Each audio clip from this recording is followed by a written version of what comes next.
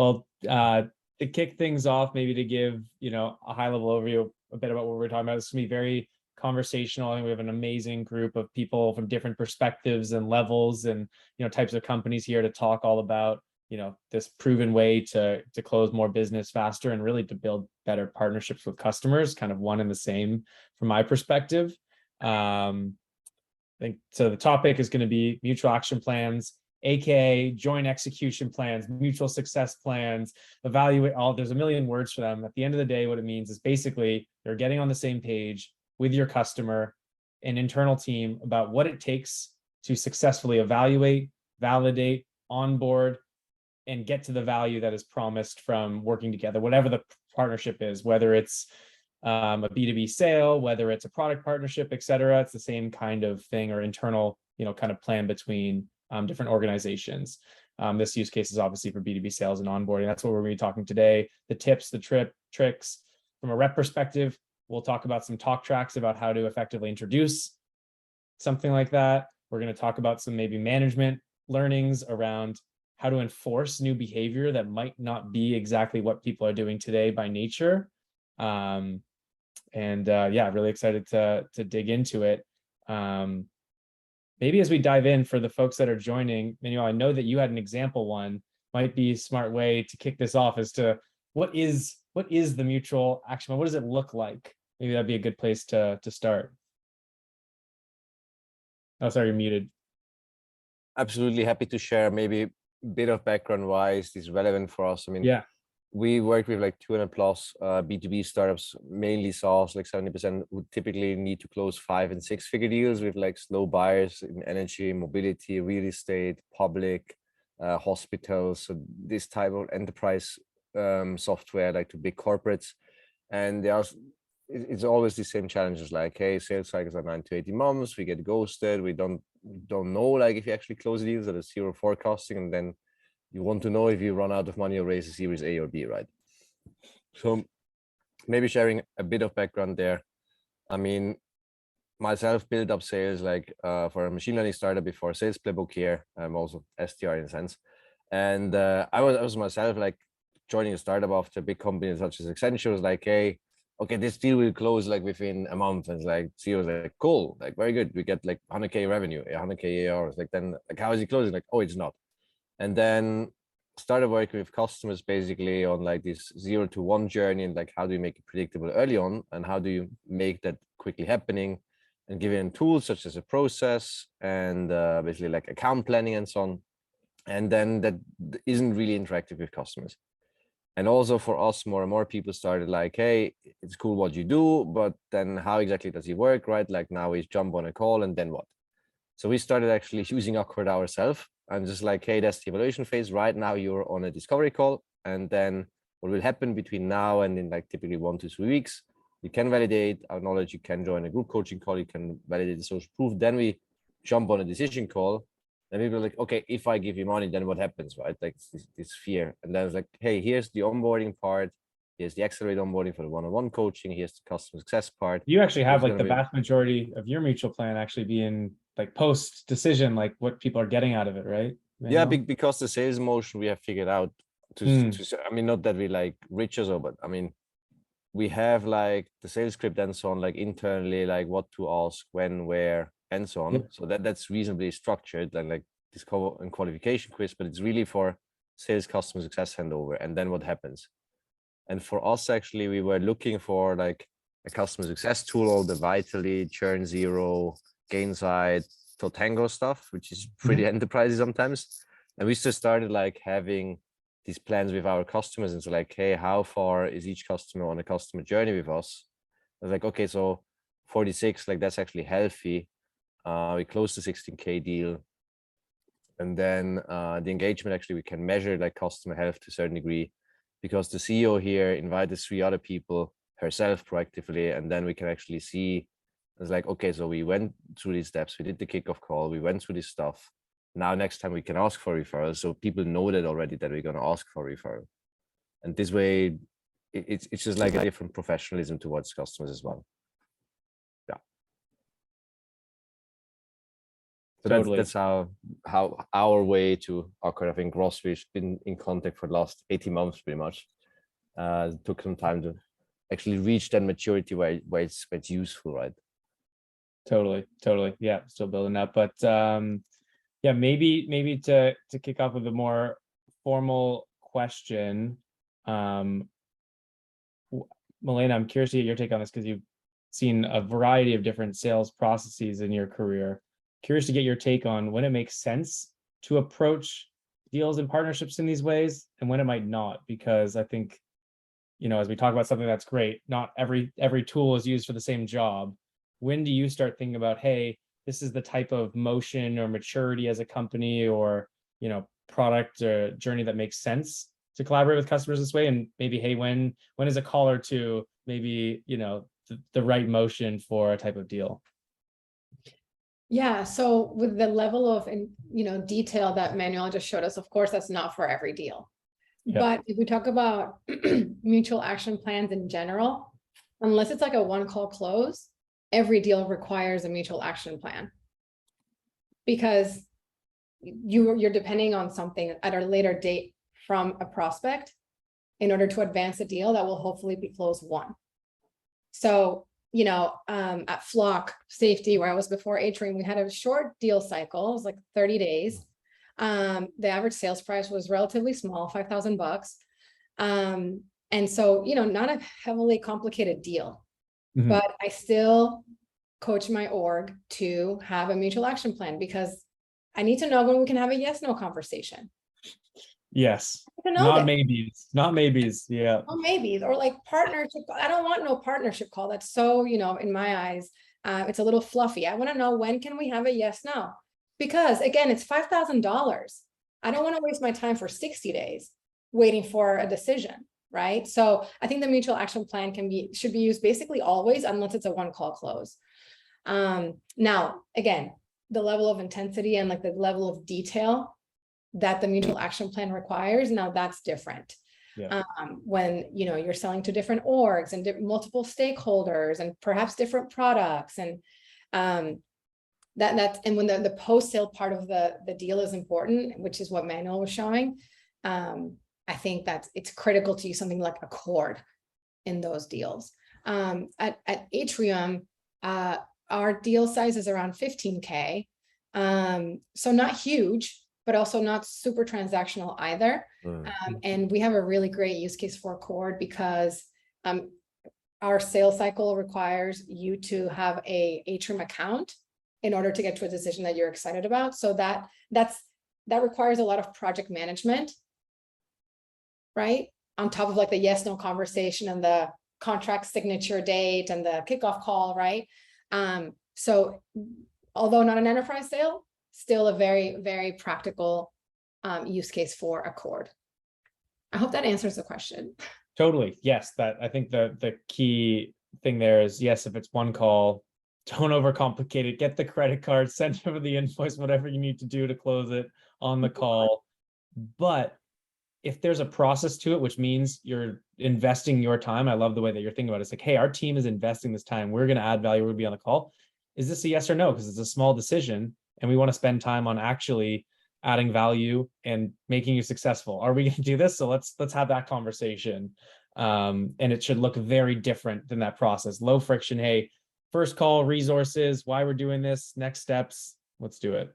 It's almost like you're teaching them how to buy, right? Because selling is as much, providing value to a pain, but then you also have to advance the conversation. You have to project manage. And I think that even the best sellers can sometimes get stuck having a great business conversation, but they're not getting any money for it. They're not winning the deal. So the mutual action plan then helps with that, like advance a deal, teach them how to buy. Like this is what typically happens next and what happens after that. Totally. No, super, super helpful. So pair it up and down based on the type of conversation you have. You're doing this really for the buyer at the end of the day. Put it in words, language, stages, steps that reflect the conversation you're having with your buyer. If I may add one thing to that, like somebody in the Q&A asked actually, when do you introduce the plan? And for me, that's actually like the first 60 seconds of any prospect conversation, like the framing. It's like, Really? hey, thanks so much for taking the time to evaluate like how you can grow faster from 0 to a million ARR without trial and error. I'd love to ask you a few questions. Then I can show you how other customers have solved that. Over to you for any questions. I can guide you through the whole how it works, and then we're going to decide how we want to move forward. You can then take a decision if you want to become a customer, yes, no, or we're going to set up a decision call and you can do some reference check in between. That's great. And there's so many salespeople, I'd say like 70% that miss that, and they just like receive an invite from the prospect that's going to be called Atrium or awkward. There's no agenda, there's no framing at all. And then they're really surprised, right? If somebody's like, oh, you want to sell me something? Like, what's the intent of this call? And we have, even if we invite people for a decision call, it's like, oh, you expect me to decide something today? I was like, that's why it's called a decision call. Like, right, makes sense. Okay, I got it. So when you put these things in the mutual action plan early on, people understand exactly what's going to happen and everybody's pretty crystal clear.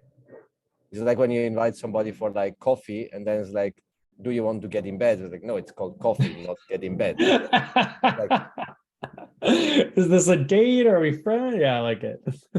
Yeah, but I mean, even when you meet a friend for a drink at 7 p.m., it's always this thing like, oh, yeah, I actually haven't eaten dinner. Like, oh, shall we go drinks or dinner? Like, this is unclear expectations. And then typically at 8:58, so people are like, are we gonna eat something or just get wasted? Oh, I thought only one beer. I thought like get hammered. I told my wife I'm not coming home.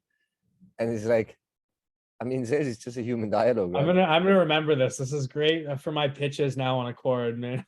I need to use this. That's very memorable. Sorry, just for Christian, I want to get you in the loop on this. I'm curious to get your take, either at Salesforce or other sales experience, how you think about. I mean, I'm actually, I love the idea of bringing this up earlier. Typically, I would introduce something like this on my second call. Hey, they're interested. Okay, we're going to talk about the process, mainly because I'm used to doing more mid-market enterprise deals, but you're also doing enterprise deals. So I'm curious to get, Christian, your take, when you think it makes sense to introduce on what kind of deals. So I do SMB deals mostly. Yep. So my deal size ranges from, around 10K to 50K, and in rare cases more. But I think 70, 75 has been my biggest deal to date.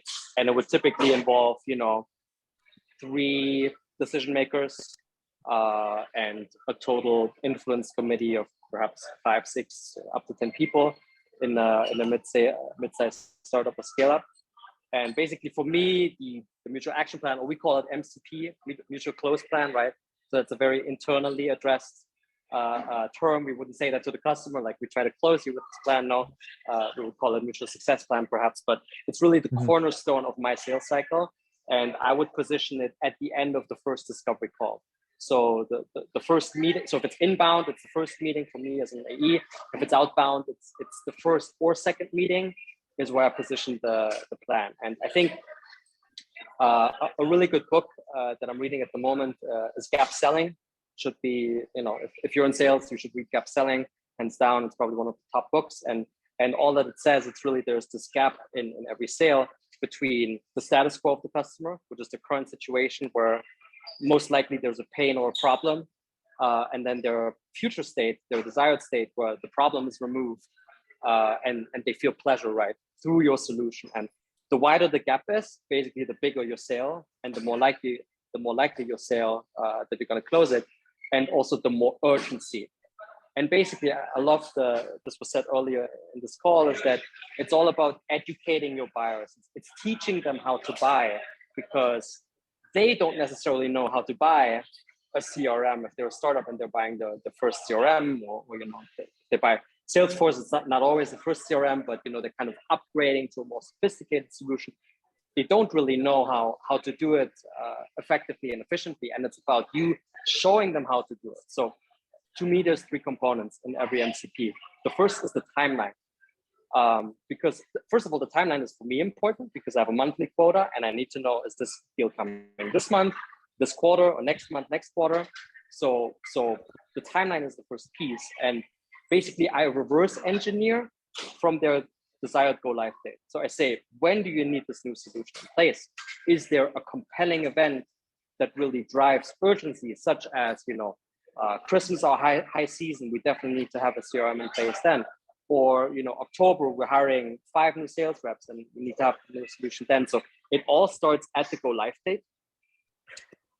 And then basically, I take some data that we have. It's like, okay, we know that it takes you about 4 to 6 weeks to do change management and training users.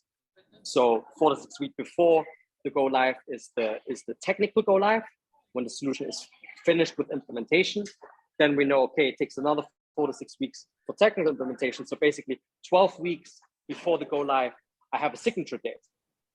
And so then I validate this with the prospect. I'm like, is this realistic? Because this is in 4 weeks, Do you think it is realistic for us in 4 weeks to make a decision? And then the next 4 weeks is basically the part of the evaluation. So that's discovery, demo, business case, commercial presentation, signature. And I lay out all these steps. And that is actually the second part. So the first is timeline. The second is the deliverables, if you will. So what are the actual meetings that we're going to have? And then the third thing is who's involved in each of those meetings. So if I'm talking to my champion, my champion has to be part of every meeting. But if the CEO or the CFO is the decision maker, they're not going to be in every meeting. That causes executive fatigue. So we only want them in the demo and we want them in the commercial presentation, for example. Is there a legal team or is there a purchasing department that we need to involve in the steps right before the signature and so on? So if you have the timeline, all the meetings that need to happen and the people who need to be involved, you're teaching your buyer the process and you validate it and that's how you get there. Sorry if this was a long answer.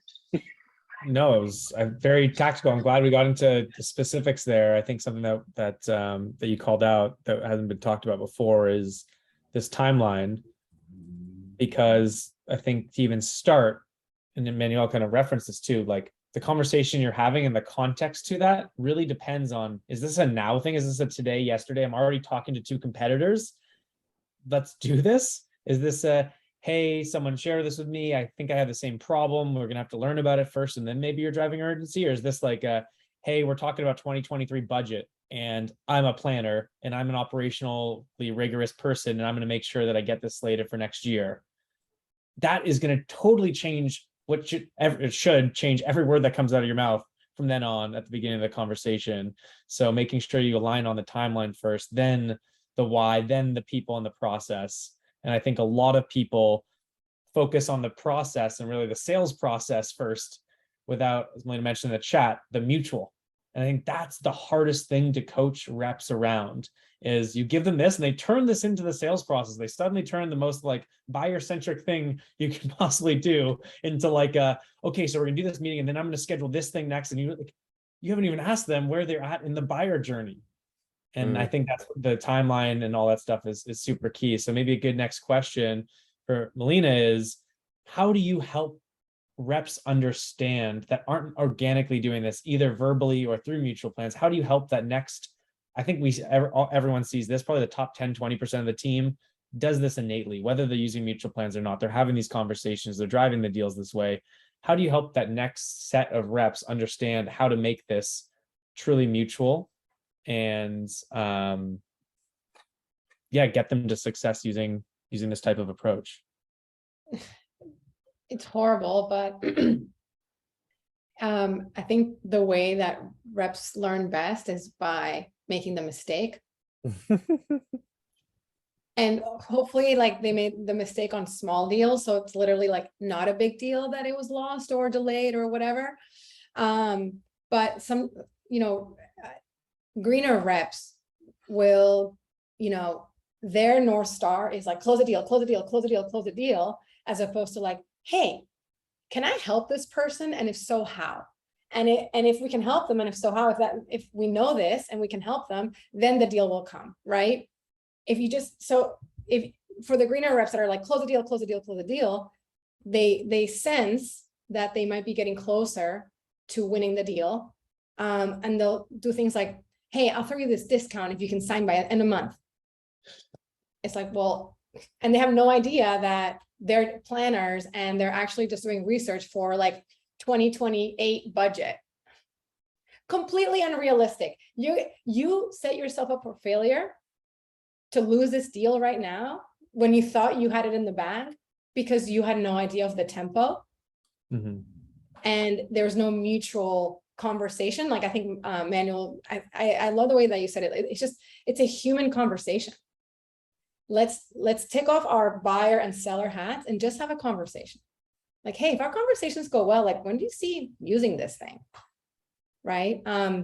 So, and it's like, you don't want to have that I told you so moment. Like, you don't want to be correct in these things as a manager. But unfortunately, like if it's not mutual, if you're throwing and assuming timelines, and when you're imposing timelines on a buyer, unless they're super desperate to buy your solution, they're like a 5-time customer or something, they have juice. I mean, you're gonna fail. How do you help reframe that for these sellers? I even see this in not just green reps, I'm sorry to say, but like the bar for B2B sales has been drastically lower than I could have ever imagined when I set out on this journey of building a cord for the last 3 years. The conversations that people are having, even for experienced reps, are not this. They're not having a normal conversation with them being like, hey, you reached out, or I reached out to you. And this is just where we're at in the world as two humans on the phone today. They are going and they're pitching and they're jumping the demo and it's craziness. Sorry, I forgot to say something. Yeah, absolutely. And there's always a question like, hey, do you let the customer decide the pace of the plan? It's like, I think always you only here to help them take an informed decision. So sometimes people's like, hey, I want to do 2 million ARR like in 2022. I'm like, cool. How much do you have now? Like 1. It's like, what's your weighted pipeline? 300K. What's your sales cycle? 5 months. It's like, well, buddy, that sucks because you're not you're short of 700K if your forecast is accurate, which is probably not going to be in. Yeah. And like, how do you mean that? That's rude. It's like, no, it's not rude. Like in 5 months, it's 2023, and if your sales cycle is that, then it's just like you're going to do a maximum of 300K. It's like, oh, ciao. But then I'm not going to close like my series A2. It's like, yeah, which is why you need to find a way to shorten your sales cycle, generate more pipe short term, and build a pipeline that's worth for others. So I was like, okay, but how do I do this? I've never done it before. Like, well, we've done it with 200 customers. Shall we have a human conversation if we can help you? And the human part, like, sorry to say, Milan, I know you have a SalesLoft background, right? A SalesLoft rep came to me and was like, hey, buddy, like, I'm in the space of you, like the sales engagement stuff. I looked at Outreach, Outplay, SalesLoft. I have only one question. Talk a lot about Salesforce. Do you integrate with HubSpot? We have HubSpot. Yeah, sure, like HubSpot. Yeah, sure, we can totally do it. Cool. Can you just send me the information how exactly do it? I don't want the crappy Zapier thing, just like a full working integration. And he sent me a 15-page proposal, Salesforce, how you implement with Salesforce, how you do this with Salesforce, how you need 15 person days and like 5 people to implement Salesforce. Like, buddy, I've been a certified Salesforce admin for 4 years in my former Accenture life. I ran 1 million pilots for fucking Aptus quote to cash stuff. I know Salesforce and I don't want you crappy implementation stuff. I was like, do you want to buy now? I give you the discount. Like, you missed the fucking point. I asked you for HubSpot and you're answering Salesforce. And then it's much more fun to have a human conversation with people like Christian, actually. And I did when we were looking specifically for an account executive for venture capital, because we figured out like the fastest sales cycle. We had a sales cycle of 3 business days for a 60K deal. And it was 2 calls, which is reasonable if you can tech like SMB tickets at startup journey. And Christian was like selling to VCs as well in Switzerland for Salesforce. So I gave Christian a not cold call in all fairness, and like, Christian, you want to join SalesPlaybook because we need somebody selling to VCs. And then regarding the timeline thing, Christian was like, you know, I committed to my manager until the end of January. I'm going to be there. I'm going to build this VC market. Is this a deal breaker? It's like, no, it's not. Like, shall we sign a contract given proper evaluation for February? It's like, no, but let's keep in touch and let's have a human conversation. And since then, I'm mentoring him regularly a bit, and he's mentoring back, and then we continue the mutual action plan, I think. But Christian, maybe you want to add to that. No, I mean, it's the textbook approach of, let's say, an outbound deal, because as we all know, outbound sales cycle is much longer than an inbound sales cycle usually. So the example that I described earlier is really when an inbound lead comes in, they have a project, or they know they have a problem at least. And then, you know, we built this 2 2-month plan, mutual success plan. It's very different, especially for me. So for everyone's context as well, I don't only sell necessarily directly to venture capitalists, but we partner up with them to get access to their portfolio companies. So I'm selling to high tech and all other sorts of startups and scale ups, and a lot of it is outbound. And so when I have the first call that I booked with the CEO, for example, and we have the first conversation, and we try to find a problem, right? So it's not clear to them yet that they have a problem. We try to find this gap that I mentioned earlier from the gap selling methodology. They could tell me, look, probably in 6 months, right? And then I say, okay, I show them the whole MCP framework. I show them, these are the steps of the evaluation. And it's actually a different MCP. So my outbound MCP looks different. We actually do things in a different order. I'm not going to bother you with the details, but I show this to them and I say, when would you be ready for this? And they say, let's kick this off in October, which could be 4, 5, 6 months out. I'm like, okay, let's put the first call in the calendar for October. And then when we meet in October, we launch the plan. And then, so we go through the plan again, we discuss timeline, deliverables, who needs to be involved.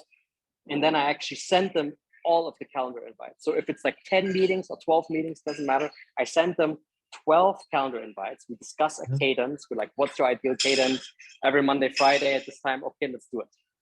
So in this case, the MCP is much longer and it looks a little bit different, but it's still there. And that's what Manu did with me, essentially. He's like, he's nurturing me in a way, but there might be a kickoff down the line. So you're always coming back to what it would look like. Yeah, totally. And then I think you also, another great tactic, Christian, that you mentioned there at the end, casually, but I think a good takeaway and learning from a lot of reps. The weekly cycle to go through the plan is like, hey, we just have that hold. Even if it's 15 minutes, we're going to stay on track together. Email, it's hard. You need to build that relationship. Hey, you need to have that tough conversation. We're gearing up for this date. This is what it's rallying around that we agreed on. We need to make this progress. I'm here to help. Let me take it off your shoulders if you're too busy. Let's talk about how you can delegate to me. But before we get too far, I do want to go back to this, which I think is key. You can't build a successful sales organization, revenue organization off hiring just people that can do this innately, because not enough of them exist out there. How do you get your team to get there? I don't have the answer for this. Melina, I know you've spent a lot of time helping coach and get people there. Teach us, how do you help up level reps to get there? What's that mental block that's there, and how do you overcome it? Yeah, I think that people just get so, obsessed with closing the deal, as I was mentioning earlier. Like they put so much pressure on themselves to hit quota. And so what I was saying earlier is like, when they fail, like we use that as an example, like the pain for them is still kind of fresh. And that's when you have that coaching moment. It's like, hey, so like, tell me a little bit about why you thought this might close at the end of the month. And you basically do discovery with your team on that deal. And they're like, no, because they love it. They see value. How many times has everybody heard that before, right? And so from there, it's like, okay, like this, and then you let them come to the conclusion by themselves, by him or herself, that they had no idea when the customer wanted to potentially buy this, should conversations go well. Or they had no idea that perhaps actually they have no idea that the buyer that they were talking to was actually below the power line and couldn't buy software. And therefore they had no idea, the prospect also had no idea of their go live date. So talking about timelines helps uncover a lot of things, right? First, like when could you count on this deal for your quota? And then are you talking to the right person? So how do you coach around that? By saying, hey, like, we're not going to let this happen again. And if you sense that it's happening again on another deal with one of your reps, it's like, hey, remember what happened when we were trying to sell to Accord and we weren't talking to Ross? We were talking to somebody else that perhaps who loved our product, who totally got it. And so it's like, okay, so let's not do that anymore. Okay. So I'm a huge fan of the Sales Manager Survival Guide, that book. And in that book, there's this framework that I use all the time with my reps. I teach all of my teams about this framework, which is like pre-call planning. And there's 4 things that you prep for. One is goals, then there's stretch goals, risks, and value. And then, you know, if once you do these goals and stretch goals and risks framework, you realize that there's only like 20 different goals that you could possibly have. There's only like 20 different risks. Like there's a pattern here. So a huge common goal is understand tempo and potentially go live date on a call. So if it, I think Christian was talking about this, like if it's an inbound call, like go ahead and ask them on that call. They came to you. If it's outbound, you know, maybe you can get away with it on the first call. If not on the first, then on the second. So it's like, hey, when do you think that if our conversations go well, you might want to go live? So that's how kind of like how I coach. It's like, hey, remember what happened to you with this deal? And that was really painful. And you felt like shit for like 3 weeks about it. Let's not do that again. Instead, let's do this. And the goals and risks framework is a great mechanism by which to execute upon that. And then the technology that you use is a cord. Totally. So it sounds like, yeah, it's a tough thing in leadership to do. I'm still working on this myself, but yes, you can't tell someone, you know, it's just, hopefully the best people are going to remember that and be like, oh, that's what they were telling me. I'm going to learn from my mistakes, but you really need to kind of let them have those failures and point back to it, instead of, there's only so much you can verbally teach someone. You kind of help them learn from experience. The best reps, actually, the wisest people on planet Earth are the ones that learn faster than the rate of their own experience. And this is something that the CEO at SalesLoft, Kyle Porter, he always talks about this. Oh, that's inspiring. I love that quote. So whenever you identify a rep that learns faster than the rate of their own experience, it's like, oh, that happened to Ross. Like, I don't want that happening to me. I ain't doing that shit no more. I'm not making that mistake. Those reps are exceptional. Those people are exceptional. So hang on to them. Yeah. And then it's for everyone else like myself and most of the world, it is learning from your own mistakes and having someone help point those out to you in an empathetic way to say, hey, remember when you had this type of conversation? I love that. Any other, tips and tricks, Manuel, Christian, from having other people kind of this aha moment of going from pitching to genuine conversations and with a goal in mind? Yeah, a few ones. Christian, you want to go first or shall I? Go ahead. I'll go after you. Cool. I think first one, you want to become a doctor in sales, and doctors like diagnosis, like a prescription without diagnosis is malpractice, and in US gets to jail. In Switzerland, no, but I mean, still, it's not trustworthy, right?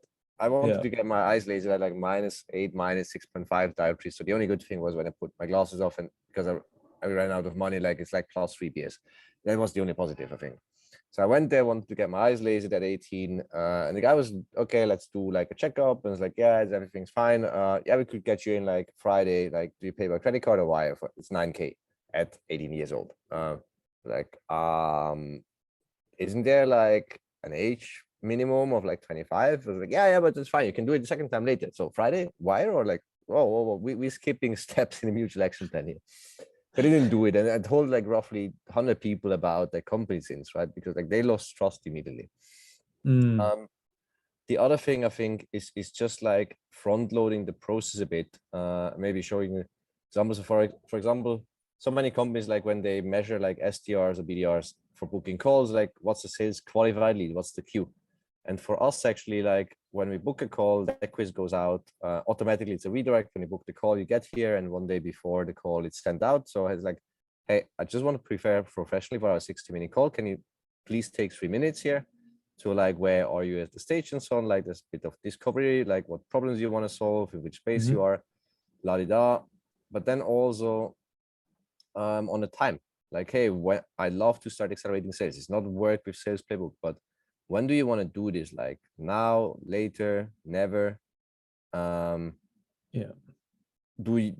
should we even work with you? Like, are you happy? Like, if you jump on a one-on-one call, are you happy to commit on the call? Technically, of course, if it's great value, are you committed to invest the time it takes to do it? Right? It's like, no, I want to done for you product. And then getting that quiz and get it filled out, right? And like with a form, this actually allows you to, within 30 to 60 seconds, understand like, okay, cool. So I don't need to let everything that I do right now hanging. So 2 to 6 weeks, let's book a call then. Cool. Committed. Yeah. So that's qualified, right? Within basically 2 months. Maturity is okay. Like investment is there. Okay, that's the deals that we can work with. That goes to the CRM. If you then go on a CRM, it's a much more qualified conversation. You can go in, discovery, basically say like, hey, and if, for example, my sales reps are like, I'm not sure if we're going to close the deal, like, well, do you have a rough ROI calculation? Did you ask them like a post-mortem question? It's like, if we not end up working together, why? What happened? Like, if I died, why? And then also ask them like, well, on this medic worksheet, I shared it in a chat, some people on it. Like, do you know that the person can sign a contract? Do you know the timeline? Do you know if there's competitions? Like, I didn't ask, like, hey, that's fine, but make sure you close these gaps. And I think Qualified Sales Leaders by John McMahon is still best book on that, probably, just having tons of case studies in there. That was like dense, but hopefully useful. Feel free to ask follow-up. No, I think the best reps and sales leaders still do that stuff themselves. And I think sometimes reps that don't necessarily want to get better, or even sales leaders, don't help themselves. And I think the way that I've learned is, I'm trying to have a better conversation to add more value. How do I get rid of all of this stuff? I don't want to be thinking about what are the questions I need to ask. How am I doing all this stuff? That's table stakes. Make it easy for me to engage in a helpful way. It's much more fun also being on the side. It takes way less energy. And I think a lot of people, for some reason, feel like that's for, it's like a script for, just a random, call center type person, not strategic sales. And it's almost the opposite. It's the best sellers live life in the text expander like you had in HubSpot and all this stuff, because they want to have better conversations with customers, and they take away all the playbook stuff. It's nailed down so you can focus on that interaction. It's just a much higher quality conversations, like, hey, thanks for taking the time to discuss how you get from 1 to 10 million by fixing lead gen, closing more bigger deals faster, and building a sales team. You're not fully confident because you've never done it before. You're willing to invest 10 to 25K and start within 2 to 6 weeks, and also willing to invest your time, which is great. And we should work with you because product is there, sales is not. May I ask you a few questions about what exactly you mean with these challenges? It's much better to like, Ross, tell me about awkward and how's your life? Yeah, you're like 15, 20 minutes in, you've gotten one of those 3 questions done because you don't want to, Or, hey, I'm really excited to have this conversation, do the intros. Before we dive in, I know we only have 25 minutes left. Yeah. Can we spend 5 minutes to have a much better conversation today? Yeah. And then they're like, sure, yeah, you're going to learn, okay, this. Oh, those are great questions. I trust you even more. This is the kind of conversation I wanted to have because you asked me great questions. And now I'm thinking about, oh, I do have these gaps. Oh, we are trying to do this. Oh, this is what we need to get to. And then so I think for some reason, it's very counterintuitive. It feels like a step back to ask some of these questions to folks who haven't kind of unlocked that. But so much to learn in B2B sales. This is just a small part of it. I know we're coming up on time. We hit a million things, but I have a lot to personally take away.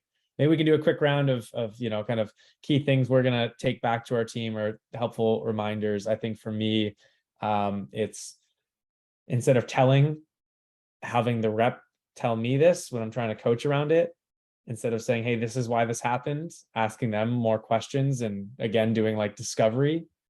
Who wants to go next? Feel free to jump in.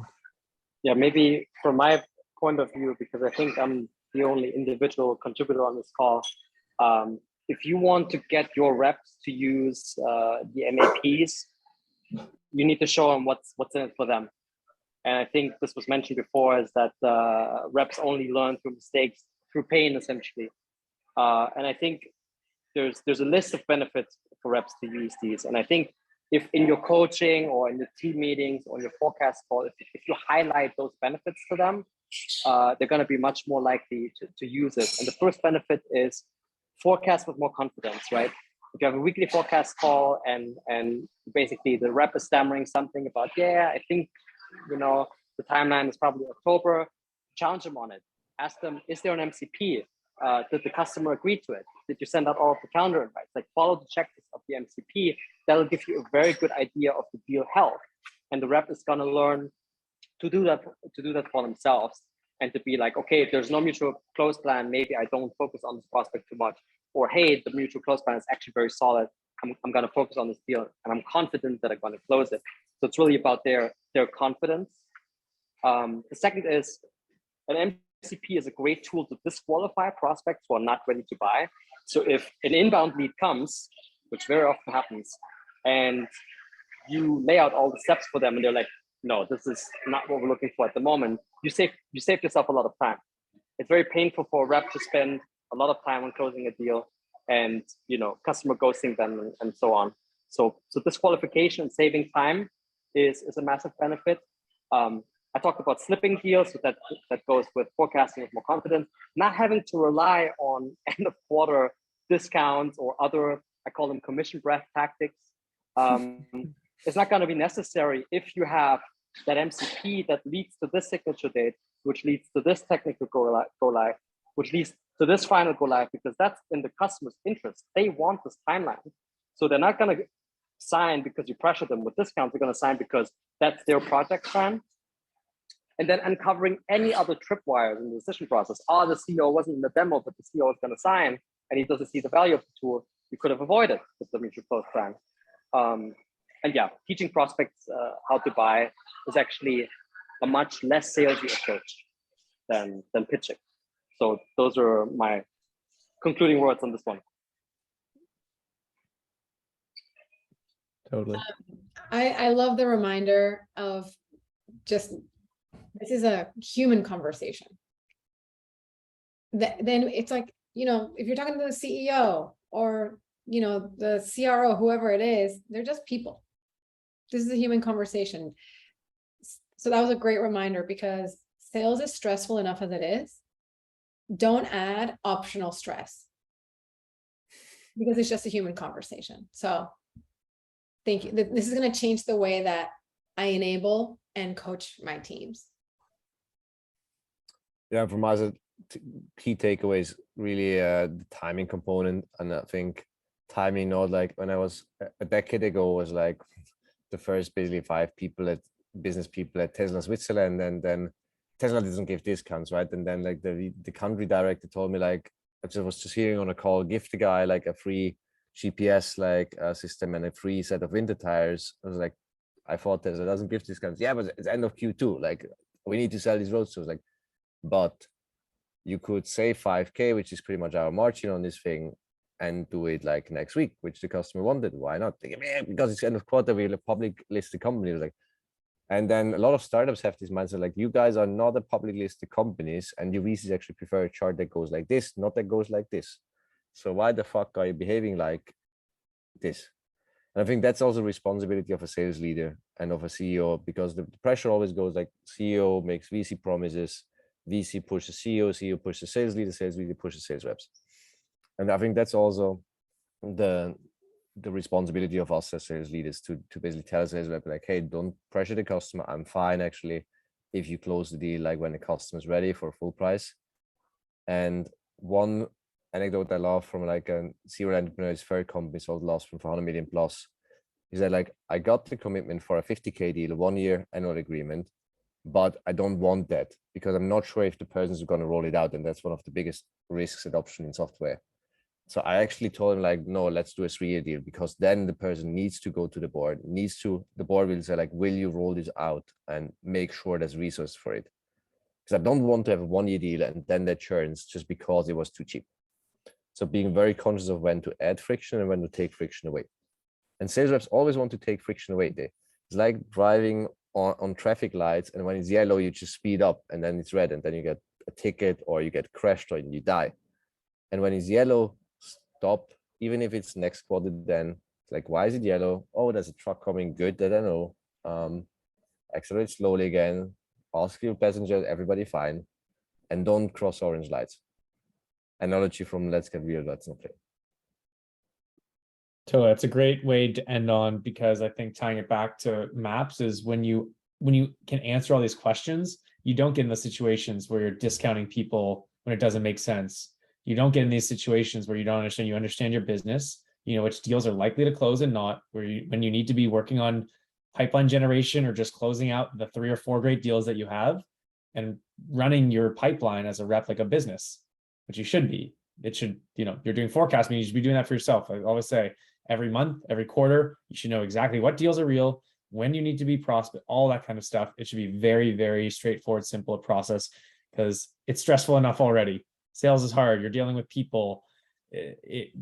Things can change on a dime. Make it easy for yourself. Have these types of conversations. Don't leave it to risk. And that's the only way you can run a team, Manuel, like you mentioned, that kind of way, and being really smart and having those conversations. So this was awesome. I got a lot of takeaways. Thank you everyone for coming. That's either listening live now or the folks that are going to be listening to this, the recording.